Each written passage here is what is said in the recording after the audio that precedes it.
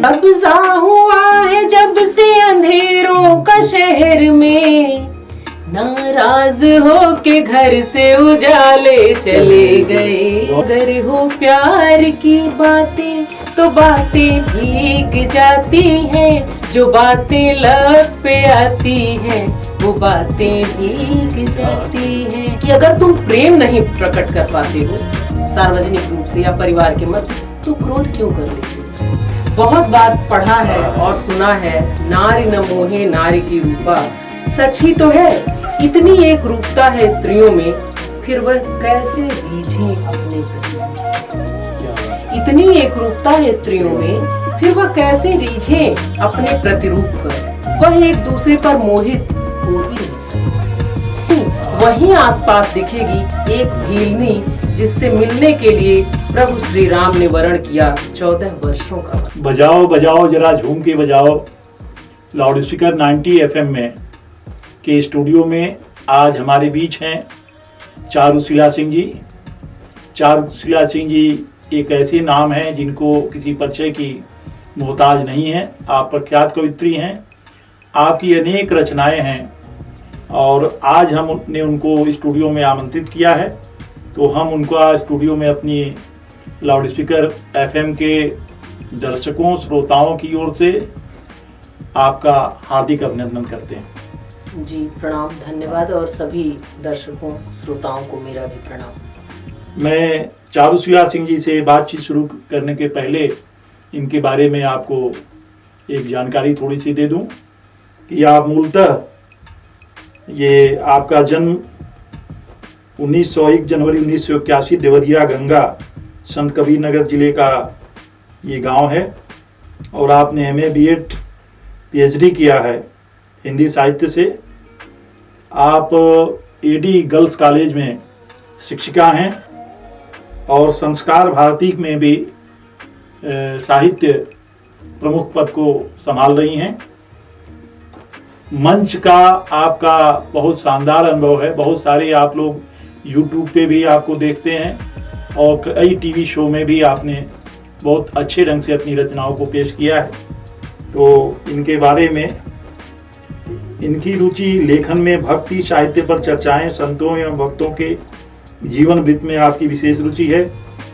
विभिन्न पत्र पत्रिकाओं एवं समाचार पत्रों में कविता, गीत एवं संचरितात्मक लेखों का प्रकाशन हो चुका है। आपकी प्रकाशित रचना है भगवती प्रसाद सिंह जीवन एवं साहित्य साधना। ये 2021 में आई है हिंदुस्तानी एकेडमी ने प्रयागराज के सौजन्य से। और एक पुस्तक और है, काव्य संग्रह है आखिर क्यों, ये 2023 में प्रकाशित हुई है। आपके पास दायित्व प्रभार साहित्य संयोजिका संस्कार भारती गोरक्ष प्रांत, महिला कार्य प्रमुख शिक्षा संस्कृति उत्थान न्यास गोरक्ष प्रांत, और आपको अब तक विभिन्न पुरस्कारों से नवाजा जा चुका है। गोरखपुर रत्न सम्मान 2023 में माननीय मुख्यमंत्री जी के कर कमलों द्वारा मिला। साहित्य विभूति सम्मान 2021 में प्राप्त हुआ। फ्यूचर लीडर अवार्ड भी आपको मिल चुका है। उत्कृष्ट शिक्षक सम्मान, शक्ति योद्धा सम्मान, नारी सशक्तिकरण सम्मान, श्री चित्रगुप्त सेवावीर सम्मान, महारानी मोह भक्त लक्ष्मी प्रतिभा सम्मान, रविंद्र सम्मान। विशिष्ट उपलब्धि है, आप ऑनलाइन शिक्षण के माध्यम से राष्ट्रीय फलक पर भी आपने पहचान बनाई है। और आप यहाँ शहर में जेमिनी पैराडाइज में ही रहती हैं, गोरखपुर शहर में। तो आइए हम लोग आज आपसे बातचीत का सिलसिला शुरू करते हैं। आप लोगों को भी मैंने लंबे समय से कि हम एक शख्सियत को साहित्य संगम में लाते हैं, तो आज हमारे बीच चारुशिला सिंह जी हैं। इनकी रचनाओं को सुनेंगे, इनके गीत हैं, मुशायरों में भी इन्होंने भाग लिया है। बहुत सारा इनके पास अथाह खजाना है, उसमें से कुछ अनमोल मोती मैं आज चाहूँगा कि ये हमारे दर्शकों और श्रोताओं के बीच पेश करें। तो चारू जी, आपका वो जो टीवी शो एक हुआ है जिसमें आपने एक गीत गाया है, मैं चाहता हूँ अगर जो याद हो उसकी लाइनें हैं, प्यार की बातें, अगर प्यार की वो बातें तो जी जी याद आ गई ये लाइनें जी। तो मैं चाहूँगा कि इसी से आप शुरू करें। ये बहुत अच्छी लाइनें हैं आपने उसमें नियंता की भी बात की है जी जी और मतलब एक तरह से उसमें अध्यात्म का पक्ष भी है जी। और श्रृंगार का भी पक्ष है। तो ये एक बहुत अच्छी रचना मुझे लगी। आप इसको मैं चाहूंगा कि पाठ सुनाएं हमारे। जी अवश्य, जैसा जी जी बिल्कुल बिल्कुल सुनाती हूँ। बात नियंता की आप करते हैं तो जो कुछ भी हो रहा है जी हमारे जीवन में, जब भी जैसा भी घटित हो रहा है, मैं एक आध्यात्मिक परिवेश से हूँ, तो जो कुछ भी अच्छा या बुरा घटित होता है उस नियंता, उस ईश्वर की इच्छा ही मानकर उसे स्वीकार करती हूँ और इससे बड़ा संबल भी मिलता है। तो चलिए, आपने जो कहा मैं सीधे सीधे वही प्रस्तुत कर देती हूँ। अगर हो प्यार की बातें तो बातें भीग जाती है। ये भारतवर्ष में ही ये जो भीगता है मन, ये दुनिया में और कहीं है नहीं, वो यहाँ है, इस मिट्टी में है। तो कहती हूँ, अगर हो प्यार की बातें तो बातें भीग जाती हैं, जो बातें लब पे आती हैं वो बातें भीग जाती हैं। अगर हो प्यार की बातें तो बातें भीग जाती हैं, जो बातें लब पे आती हैं वो बातें भीग जाती हैं। मोहब्बत में कई लम्हे यहाँ ऐसे भी आते हैं। वाह वाह वाह, बहुत सुंदर। मोहब्बत में कई लम्हे यहाँ ऐसे भी आते हैं, जो सांसें आती जाती हैं वो सांसें भीग जाती हैं, जो सांसें आती जाती हैं वो सांसें भीग जाती हैं। और जहाँ नियंता की बात आपने की जी, तो उसके लिए था, कभी मजबूर करते हो कभी मगरूर करते हो।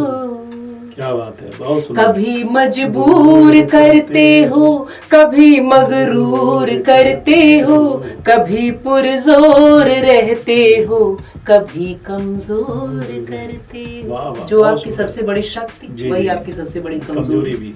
तो वही उसी भाव से कहती हूँ, कभी मजबूर करते हो कभी मगरूर करते हो, कभी पुरजोर रहते हो कभी कमजोर करते हो। नियंता ने नहीं लिखा तुम्हें रेखाओं में मेरी, नियंता ने नहीं लिखा तुम्हें रेखाओं में मेरी, मगर तुम ही अधूरेपन को भी भरपूर करते हो, मगर तुम ही अधूरेपन को भी भरपूर करते हो। बहुत सुंदर। तो जो रिक्तता यहाँ की है, जी जी जी, तो वाकई ये तो सही है कि कुछ रिक्ति जो रह गई थी जी जी, उसे तो इसी ने भरा होगा ना, इस भाव ने भरा है। क्योंकि जीवन में हर संबंध का, हर भाव का अपना एक अलग जगह है, एक अलग प्रभाव है। जी जी। चारू जी, आज जो चारू जी दिख रही हैं वो चारू जी निश्चित रूप से कहते हैं ना, कूद के पांव पालने में दिखाई देते हैं। तो आप एक गांव के परिवेश से निकली हैं और वहाँ से आपके निश्चित रूप से आपके घर का जो वातावरण, तो लिखने की कब से ये भाव जगा। आपने स्त्रियों पर भी बहुत अच्छा लिखा है, वो भी कुछ अभी उस पर बात होगी, लेकिन आपके अंदर ये लिखने कब से आपने लिखना शुरू किया? देखिए, इस सवाल का जवाब मेरे लिए बहुत कठिन होता है। जब भी ये पूछा गया है तो पता नहीं क्यों मैं जवाब नहीं दे पाती हूँ। और इतना ही कहूँगी कि ये तो मैंने कभी नहीं सोचा था कि कवयित्री के रूप में भी मेरी पहचान होगी। बचपन से शिक्षक बनना चाहती थी, अपने पिता को देखा और वो छवि ऐसी अंकित हुई कि बस वही बनना था। साहित्य में गहरी रुचि थी और लेखन की अगर बात करूं तो जैसा कि मैंने अपनी पुस्तक की भूमिका में लिखा भी है कि मैं कभी इतनी गंभीर नहीं थी जी। जिस गंभीर चारू को आप देखते हैं वो अपने वास्तविक जीवन में मतलब चंचलता में भी अति थी। घर वाले भी बहुत परेशान होते थे, लेकिन पठन पाठन के प्रति बहुत ज्यादा मैं गंभीर रही बचपन से। वो शरारतों का एक अलग वो था, लेकिन पढ़ाई को लेकर बहुत गंभीर थी। और लिखने पढ़ने का कह सकते हैं कि जब से लिखने पढ़ने में गति हुई तब से ही सृजन भी होने लगा। से मेरा कहने का आशय ये है, जैसे वो कहीं संकलित नहीं हुई, तो इसलिए उम्र का मैं क्या कहूँ, मैं बहुत छोटी थी तभी माँ अगर कोई गीत गुनगुना रही है तो अगर कोई पंक्ति विस्मृत हुई तो मैं तुरंत जोड़ देती थी। मतलब जी। ये खेलने में जो मेरी चंचलता मैंने कभी सोचा नहीं था, जी जी क्योंकि थोड़ा जो मेरे परिवार का माहौल रहा, मैं ये कभी सोच भी नहीं सकती थी कि हाँ कभी मंच पर जा पाऊंगी। इसलिए ऐसे कुछ सपने होते हैं जो बाल मन देख लेता है और नहीं पूरे हो तो बहुत आहत भी होता है। जी। तो थोड़ा ज्यादा ही मम्मी पिताजी की बात मानने वाली थी, तो इस तरह का ख्याल भी नहीं आया। पर हाँ मुझे हिंदी इतना अच्छा लगता था कि मुझे यही पढ़ना है। तो बहुत छोटी उम्र से संकलन नहीं है। जब मैं कॉलेज में गई और वहाँ संपादक की भूमिका में भी मैंने काम किया, क्योंकि अब गुरुजनों का आदेश था तो करना था, वहां से थोड़ी थोड़ी गंभीरता आई। पिताजी से भिड़ भी जाती थी? अब इस सवाल का जवाब तो ऐसे आप सार्वजनिक रूप से पूछेंगे तो समझ में नहीं आ रहा है कि क्या कहूँ। लेकिन आपके जो ख्यालात हैं, आपने अपनी बातों को चूंकि जिस तरह से रखा है, और जो आपकी रचनाएं कहीं कहीं आप विद्रोही हो जाती हैं, उसमें विद्रोह की भी भावना है, समाज पे जो सारी चीजें हैं, तो उसमें एक ये आपने जो आखिर क्यों जो पुस्तक लिखी है जी उसमें उसके बारे में थोड़ा सा आप बताइए। जी बिल्कुल बता रही हूँ। और आपने अभी जो कहा जी कि पिता से, हाँ मैं अपने पिता के मानस के सबसे अधिक करीब हूँ और वो मेरे आदर्श भी मेरे पिता ही रहे। लेकिन ये जरूर है कि क्या होता है कि उनकी एक ऐसी छवि है कि एक बार वो जो कहें, लेकिन आप जानते हैं कि एक बाहरी दुनिया की छवि होती है घरेलू। तो बिल्कुल आंख बंद करके उनकी बातों को मैंने माना है। और ईश्वर की तरह से, इस तरह से मेरी आस्था या मेरा विश्वास उनसे इस तरह का था कि मैं कोई परीक्षा दे के आती थी तो अपने पिताजी से कहलवाती थी कि मेरा क्या नंबर होगा और क्या, मतलब ये बाल मन के विश्वास की मैं बात कर रही हूँ। लेकिन अगर कहीं कोई बातचीत या कोई प्रसंग आता था जिसमें मेरी बड़ी दीदी भी बैठी हैं, भाई भी बैठा है, माँ भी हैं, और पिता कुछ कह रहे हैं और मुझे लग रहा है कि ये पूरी तरह सही नहीं है, और मुझे ये भी अगर महसूस हो रहा है कि ये सब लोग भी इनको भी लग रहा है कि ये चीज पूरी सही नहीं है, पर वो सब समर्थन करते थे पर मैं समर्थन नहीं करती। जी जी। तो इस मामले में आप कह सकते हैं कि मैं विद्रोही हूँ, और ये भी कह सकते हैं कि इस विद्रोह की शक्ति या ये अंतर्दृष्टि या यहाँ तक पहुँचने की जो ताकत है वो पैदा भी की है तो पिता ने ही। जी जी। कि उनकी परवरिश ने ही ये दिया कि हाँ जहाँ कुछ गलत हो रहा हो, आज भी समाज में गलत होता है तो बहुत देर तक रोक नहीं पाती हूँ। वो जो आपने पुरुषों पे लिखा है और स्त्रियों पे कुछ लाइनें हैं जो आपकी, जी वो याद आ रही हैं आपको? कौन सी बताइए? मैंने तो बहुत सारे लिखे हैं। ये जता लेते हो क्रोध। जता लेते हो क्रोध। हाँ देखिए, ये जो हमारा समाज है, मैं ये नहीं कहती कि इसमें कि पुरुष प्रेम नहीं करता है। बिल्कुल, पुरुष और स्त्री के प्रेम में भी बड़ा अंतर होता है। एक स्त्री प्रेम करती है तो उसका प्रेम एक अलग भाव का होता है, लेकिन जब पुरुष प्रेम करता है तो वो अलग होता है। पुरुष को कहा जाता है कि जब वो प्रेम में होता है तो वो बिल्कुल बच्चा हो जाता है, बच्चे जैसी हरकतें करता है। पर एक स्त्री हो, वो कितनी भी चंचल हो, आप पाएंगे कि जब वो प्रेम में होती है तो उसमें इतनी गंभीरता आ जाती है, वो अचानक बड़ी सयानी सी हो जाती है। जी। ये उनके प्रेम का। बिल्कुल। लेकिन जिस पुरुष के बच्चे होने की बात मैं कर रही हूँ या आप कर रहे हैं या समाज करता है, वो बचपना एकांत और अंधेरे में ही क्यों दिखता है? क्या बात है, बहुत सुंदर। वो जो बचपना है, अगर वो बचपना है, अगर पुरुष प्रेम में बच्चा हो जाता है, अगर उसे कुछ नहीं फिर दिखता है प्रेम में, तो वो प्रेम परिवार के मध्य भी कभी कभी प्रकट हो जाना चाहिए जब आवश्यकता होती है। क्योंकि इतना सोच कर अगर किया जाए तो फिर प्रेम है कहाँ?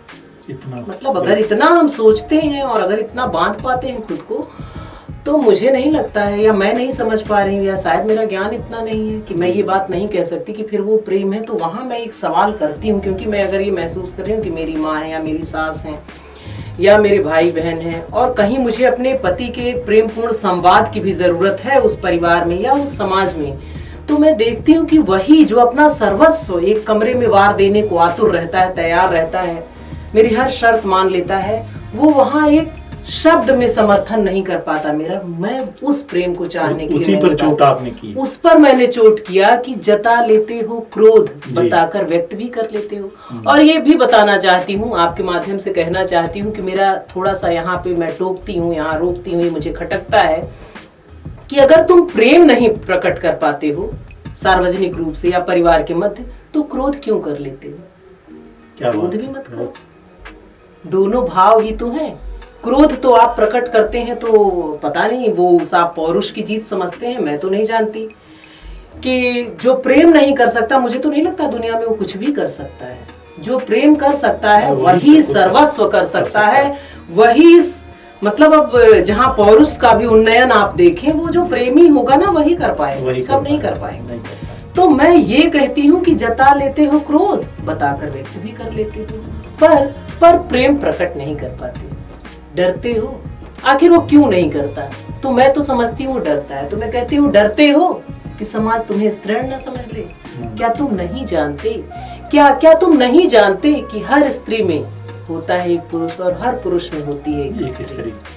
तो इसलिए मैंने जब इसको मैं समाप्ति की तरफ ले जाती हूँ तो मैं ये कहती हूँ कि सिर्फ अंधकार में नहीं, और यहाँ प्रकाश का मतलब वही परिवार है, वो आवश्यकता है जिसमें वो टूटकर बिखर जाती है। कभी कभी वो चाहती है। देखिए, कहते हैं प्रेम प्रदर्शन की वस्तु नहीं है। हाँ, मैं इससे भी पूरी तरह सहमत हूँ। प्रदर्शन की वस्तु है ही नहीं, तो अनुभव और अनुभूति का स्तर है। अनुभव ही किया जा सकता, उसे व्यक्त नहीं किया जा सकता, उसे शब्दों में नहीं बांधा जा सकता। पर जहाँ एक शब्द में या एक तुम्हारी मौन स्वीकृति से मुझ में नव चेतना का संचार हो सकता है, वहां तुम मौन रहते हो, वहां तुम क्रोध तो कर लेते, पर वो प्रेम नहीं प्रकट कर पाते। इससे रोष है कि अंधकार में नहीं, उज्जवल प्रकाश में भी प्रकट किया जाना चाहिए प्रेम। प्रकीर्णन तभी होगा ना। तो हर चीज जो संक्रमण की तरह से फैल रहा है, प्रेम को भी आप जाहिर करिए, वो संक्रमित होगा तो ये समाज बहुत सुंदर। ये आपने जो बात की है, इतनी गहराई की ये बात है कि जो मध्यम वर्गीय परिवार हैं या स्त्रियों की जो दशा है कि एक्चुअली पति प्रेम तो करता है, बहुत करता है, प्रेम में कमरे में करेगा, लेकिन जब सार्वजनिक रूप से बात आएगी तो वो एक शब्द नहीं बोल पाता, एक शब्द नहीं बोल वो इतना भी नहीं कह पाता कि तुम सही कह रही हो या मैं तुम्हारे साथ हूँ, इतना तक भी नहीं कह सकता। वो जो चरणों में लौट जाने को आतुर होता है, सर्वस्व वार देता है। क्या तुम एक शब्द से समर्थन नहीं कर सकते? बस ये खटकता है। और इस सवाल का जवाब मेरी किताब में पूरी किताब सवाल ही है। क्वेश्चन मार्क तो नाम में भी किताब के कुछ इसकी लाइनें, कुछ और रचनाएं हैं इसमें जो आप सुनाएंगी? जो आप कहेंगे मैं वही सुनाऊंगी। कुछ इधर आपने कुछ नया लिखा है आपने? हाँ, बहुत सारी चीजें हैं। वैसे समय तो कम मिल पाता है, लेकिन जब मन होता है तो अवश्य लिखती हूँ। और जो मैं देखती हूँ, लिखती हूँ, और सच कहूँ तो लोग जिसे कविता समझकर पढ़ते हैं और कविता कहते हैं, तो मैं कविताएं तो नहीं लिखती, मैं जीवन लिखती हूँ। और जो जहाँ जैसे घटित होता है, बस कुछ मथता है अंदर और वो लिख दिया जाता है।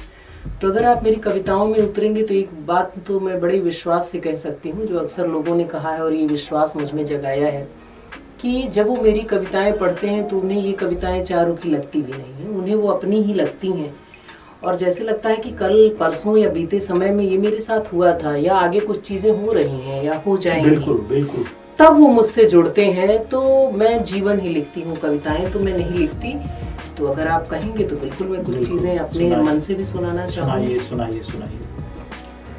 जैसे कुछ ऐसे सामाजिक मानदंड हैं या कुछ ऐसी कहावतें हैं या कुछ ऐसी बातें हैं जो स्त्रियों के लिए कही गई, जिसने मुझे थोड़ा सा हिलाया, आंदोलित किया, या अंदर से ये चीज आई कि मुझे जवाब देना है। पर जवाब देने के कई तरीके हैं। जवाब देने से बार बार रोका जाता है। अगर एक स्त्री है सामने तो जवाब की अपेक्षा पुरुष समाज उससे सवाल कर सकता है, पर उसका जवाब वो सुन नहीं सकता। और उसके पास तो ना सवाल करने का अधिकार है, ना जवाब मांगने का। कुछ वो नहीं कर सकती, ना सवाल, जवाब भी नहीं दे सकती, सवाल भी नहीं कर सकती। तो कह सकती हूँ कि चारू की जो सर्जना हुई है, या जिस चारू को आप जान रहे हैं, वो उसी समाज से तो आ रही है जहाँ सवाल करने का कोई अधिकार नहीं। और जहाँ जवाब भी देने का अधिकार नहीं था। पर मुझे सवाल भी करना था, मुझे जवाब भी ढूंढना था। तो मैं लिखने लगी कविताएं, और इन कविताओं में बहुत से सवाल हैं, बहुत सी चुभने वाली बातें जो इस समाज से मुझे कही गई या मेरे जैसे लोगों को कही गई, उसके जवाब भी, क्योंकि वो जिसने सवाल किया वो तो सुनना नहीं चाहा ना जवाब, तो वो जवाब भी हैं। तो एक बात जो बहुतायत से हम स्त्रियों के बारे में कही जाती है कि नारी न मोहि नारी के रूपा, बड़े प्रसंग दिए जाते हैं। मानस में भी लोग पहुंच जाते हैं, तुलसी के भी पास, आम जीवन में। उन सब लोगों की बातों का मैं समर्थन करती हूँ जो कहते हैं कि स्त्री स्त्री को पसंद नहीं करती, आपके माध्यम से ये बात कह रही हूँ। बड़ा विरोधाभास है, एक स्त्री होकर मैं इस बात को स्वीकार कर रही हूँ। तो मेरी कुछ सखियाँ वो थोड़ी सी नाराज होंगी कि तुमने ऐसा क्यों कहा, क्योंकि हम स्त्रियां बराबर लड़ते रहे। नहीं नहीं ऐसा नहीं, अरे आपने ऐसे कह दिया, मतलब ऐसा समाज में आप देखेंगे कि हम थोड़े मतलब नहीं रह पाते बिल्कुल धैर्य के साथ, धैर्य छोड़ देते हैं कि अरे ऐसा आपने क्यों कहा।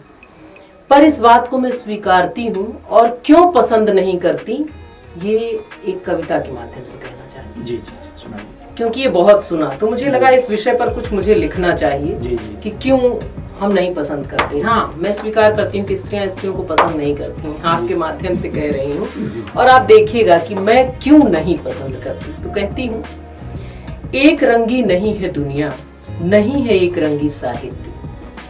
एक रंगी नहीं है दुनिया, नहीं है एक रंगी साहित्य। समाज भी समेटे है बहुरंगी, समाज भी समेटे है बहुरंगी, तभी सम्मोहित भी कर पाता है बिल्कुल इसका स्वरूप सभी को। पुरुषों में भी ये बहुरंग, ये विविधता सर्वसुलभ है। ध्यान दीजिएगा, पुरुषों में भी ये बहुरंग, ये विविधता सर्वसुलभ।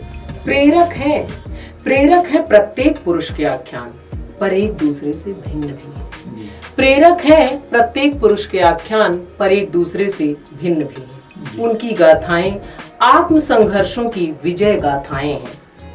परिस्थितियों से लड़ता हुआ प्रत्येक पुरुष अलग है एक दूसरे से, अलग है उसकी जिजीविषा, सभी की संकल्प शक्तियां भी अलग अलग हैं। बहुरंगी है इनकी कहानियां, विपरीत इसके, ध्यान दीजिएगा, विपरीत इसके स्त्रियां हर जगह एक रूप ही हैं। बहुत बार सुना है, पढ़ा भी है, नारी न मोहे नारी के रूपा। सच ही तो है, बहुत बार पढ़ा है और सुना है, नारी न मोहे नारी की रूपा। सच ही तो है, इतनी एक रूपता है स्त्रियों में, फिर वह कैसे रीझें अपने प्रतिरूप पर। इतनी एक रूपता है स्त्रियों में, फिर वह कैसे रीझें अपने प्रतिरूप पर। वह एक दूसरे पर मोहित हो ही नहीं सकते। एक रूपता ने उपजाई है नीरसता, उत्पन्न कर दी है उनमें खींच, रीझना मुमकिन नहीं। घर घर में घटित स्त्री दास्तान एक है, एक ही है उनके बनने टूटने के आख्यान। एक की कहानी एक की है ही नहीं, अन्य भी है बराबर की हिस्सेदार। एक की कहानी एक की है ही नहीं, अन्य भी है बराबर की हिस्सेदार। जबकि हमारा देश भी है बहुरंगी बहुआयामी। स्त्री चाहती है, स्त्री चाहती है यही बहुरंग अपने वेश में भी। स्त्री चाहती है यही बहुरंग अपने वेश में भी। जी, एक ये आपकी मोहब्बत के लिए माँ को नहीं छोड़ सकती। माँ के ऊपर तो इसमें बहुत सारी कविताएं हैं, संबंधों पर मैंने बहुत लिखा है, इसमें है। और माँ बनने के बाद स्त्री के पास कितनी शक्ति हो जाती है उसकी भी बात मैंने की है। तो एक कविता इसमें है जो 3 पीढ़ियों को दर्शाता हुआ है। अगर आप कहेंगे तो मैं बिल्कुल पढ़ दूंगी। तो रखती हूँ, जो आप सुनना चाह रहे हैं वो तो बड़ा है खैर, 1-2 शेर में यहाँ से पढ़ती हूँ। सबसे जुदा थे लोग निराले चले गए, जाने कहाँ वो चाहने वाले चले गए। सबसे जुदा थे लोग निराले चले गए, जाने कहाँ वो चाहने वाले चले गए। और कहती हूँ, कब्जा हुआ है जब से अंधेरों का शहर में, कब्जा हुआ है जब से अंधेरों का शहर में। नाराज हो के घर से उजाले चले गए, नाराज हो के घर से उजाले चले गए। जाने कहाँ वो चाहने वाले चले गए। एक शेर खास रूप से आपसे प्रस्तुत करना चाहती हूँ, वो इस संबंध में कि आज आप देखते हैं कि जरा सा प्यार में इनकार मिलने पर कैसी कैसी घटनाएं हो रही हैं, तरह तरह के तेजाबी वार हो रहे हैं। और हद तो यहाँ तक हो गई कि नाम से भी इतनी नफरत है कि कागज पर लिखते हैं तो उसको भी जलाने का प्रयास करते हैं। तो अतीत को चारू क्यों याद करती हैं? मैं इस समय में हूँ, लेकिन जो बीत गया है उसको बार बार बुलाती हूँ। क्यों बुलाती हूँ, किन संदर्भों में वो अलग है, क्यों प्रासंगिक है, क्यों चाहती हूँ आज की इस पीढ़ी में वो वापस आए। तो एक वहां से पढ़ती हूँ, देखिएगा, सुनिएगा शेर। जब हुस्न ने तवज्जो नहीं दी तो यूं हुआ, जब हुस्न ने तवज्जो नहीं दी तो यूं हुआ, जब हुस्न ने तवज्जो नहीं दी तो यूं हुआ, दिलदार थे जो दिल को संभाले चले गए, जाने कहाँ वो चाहने वाले चले गए, सबसे जुदा थे लोग। तो ये इस तरह का है। जी जी। तो कुछ भक्ति साहित्य का भी थोड़ा सा उसकी कुछ लाइनें हो तो अगर जो आपको याद आ रही हो, क्योंकि भक्ति पे भी आपने काफी लिखा है। जी हाँ, बिना ईश्वर के तो कुछ भी संभव नहीं है ना। जी। अगर आप ईश्वर मतलब आस्थावादी हैं तो जहां तक मैं समझ पाती हूँ कि आस्था एक ऐसा संबल है ना कि बड़े से बड़ी विपदा से आप बहुत आसानी से, बहुत आराम से निकल जाते हैं। तो मैंने बहुत लिखा और मुझे रचनाओं में आध्यात्मिकता का पुट है, दर्शन है। जी जी। ये सारी बातें चूंकि जो भी रचनाएं हैं वो तात्कालिक रूप से, लेकिन वो बहुत दूर तक उसका एक दार्शनिक पक्ष भी है, आध्यात्मिक पक्ष भी है। जी जी। तो एक छोटी सी कविता यहाँ रखना चाहती हूँ। बिल्कुल मैं बहुत आस्थावान हूँ और कह सकते हैं इसी आस्था ने इतनी शक्ति दी है कि जीवन में तरह तरह के जो भी अवरोध या कह सकते हैं कि व्यक्ति चाहता तो बहुत कुछ है, अगर अपनी चाहत का सब हो तो फिर कष्ट नहीं होगा। लेकिन आस्था एक ऐसा संबल है और जो ईश्वर पे विश्वास करता है उनके साथ चमत्कार भी होते हैं। जी। मैं अपने जीवन में जो भी मेरी उपलब्धियां हैं उन सबको चमत्कार के ही रूप में देखती हूँ, क्योंकि शायद उतना कर नहीं पाई जितना करना चाहती थी। माहौल, परिस्थितियां, नियत, ये सब मैं बहुत मानती हूँ। और जो इन सब चीज़ों में विश्वास रखता है निसंदेह वो ईश्वर में भी रखता है, क्योंकि जिस प्रभु को जिस दिन राज्य मिलना था उस दिन वनवास मिलता है। तो अगर ये घटना मतलब है मन में, तो कहीं ना कहीं अपने जीवन में हम तारतम्य बिठा लेते हैं। और प्रभु का तो समग्र जीवन ही है जो जीवन की पाठशाला है। तो जहाँ आस्था की बात हो रही है, एक छोटी सी बात, एक छोटी सी कविता कुछ शब्दों में आप सब तक प्रतीक्षा, हम प्रतीक्षा करते हैं, प्रतीक्षा के रस को समझिए। सच है कि जो रस प्रतीक्षा में है वो किसी में नहीं है, पा लेने में वो नहीं है। और अगर आप प्रतीक्षा करने का साहस रखते हैं, उतना धैर्य रखते हैं, तो निसंदेह आप वो पा लेते हैं जो आप पाना चाहते हैं। तो एक कविता यहाँ से रखती हूँ जो मेरी आस्था पर ही है। जब विश्वास डगमगाने लगे, धीरज भी अधीर होने लगे। जब विश्वास डगमगाने लगे, धीरज भी अधीर होने लगे, तब अतीत में झांकना। जब विश्वास डगमगाने लगे, धीरज भी अधीर होने लगे, तब अतीत में झांकना, मुस्कुराती अहिल्या तुम्हें साहस देगी। वाह, बहुत सुंदर। जब विश्वास डगमगाने लगे, धीरज भी अधीर होने लगे, तब अतीत में झांकना, मुस्कुराती अहिल्या तुम्हें साहस देगी। वहीं आसपास दिखेगी एक भीलनी, वहीं आसपास दिखेगी एक भीलनी, जिससे मिलने के लिए प्रभु श्री राम ने वर्ण किया 14 वर्षों का वनवास। ऐसे तमाम चरित्रों ने, प्रसंगों ने पुनः पुनः जगाई है आस कि प्रतीक्षाएं पूरी होती हैं, प्रतीक्षाएं पूरी होती हैं। तो बहुत सुंदर, आज आपने चारुशीला सिंह जी को सुना और आप हमारे स्टूडियो में आई, इसके लिए आपका बहुत बहुत आभार। अगले हफ्ते हम और किसी शख्सियत को लेकर के आएंगे साहित्य संगम में। तब तक आप सुनते रहिए, बजाओ जरा झूम के बजाओ, लाउड स्पीकर 90 FM।